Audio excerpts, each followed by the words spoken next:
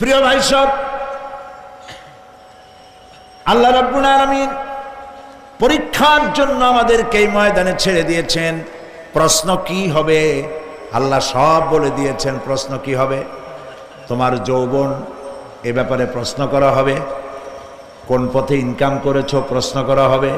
কোন পথে খরচ করেছো প্রশ্ন করা হবে। দ্বীনের ইলম যতটুকুন হাসিল করেছিলে তার কতটুকুন নিজে পালন করেছো, আর দ্বীনের দাওয়াত কতটুকুন মানুষের কাছে পৌঁছায়ছো। প্রত্যেকটি ব্যাপারে কিয়ামতে আল্লাহর কাছে জবাব দিতে হবে।